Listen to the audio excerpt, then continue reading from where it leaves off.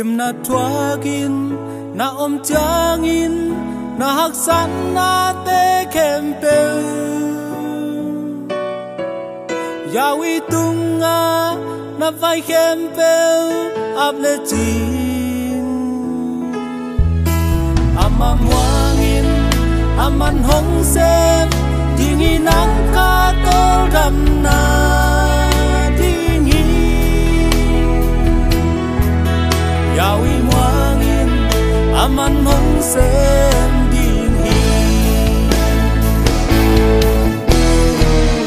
Yawi tung lam phai deng able tin aman muangin aman hong sem dingi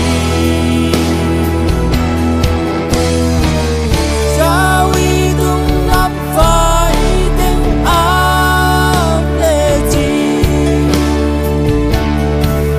Yawi muangin aman hong sem dingi Lei tung quang nhang kim na sung ban xua tang na nang na thei nang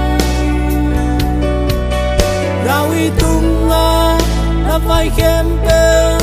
able tin Yawi tak pa chi na ngain na ton tung thei na di ngin a Yawi mangin aman hong sem dingi Yawi tung nak phai deng able tin aman mangin aman hong sem dingi Yawi tung nak phai deng able tin Yawi mangin aman hong sem dingi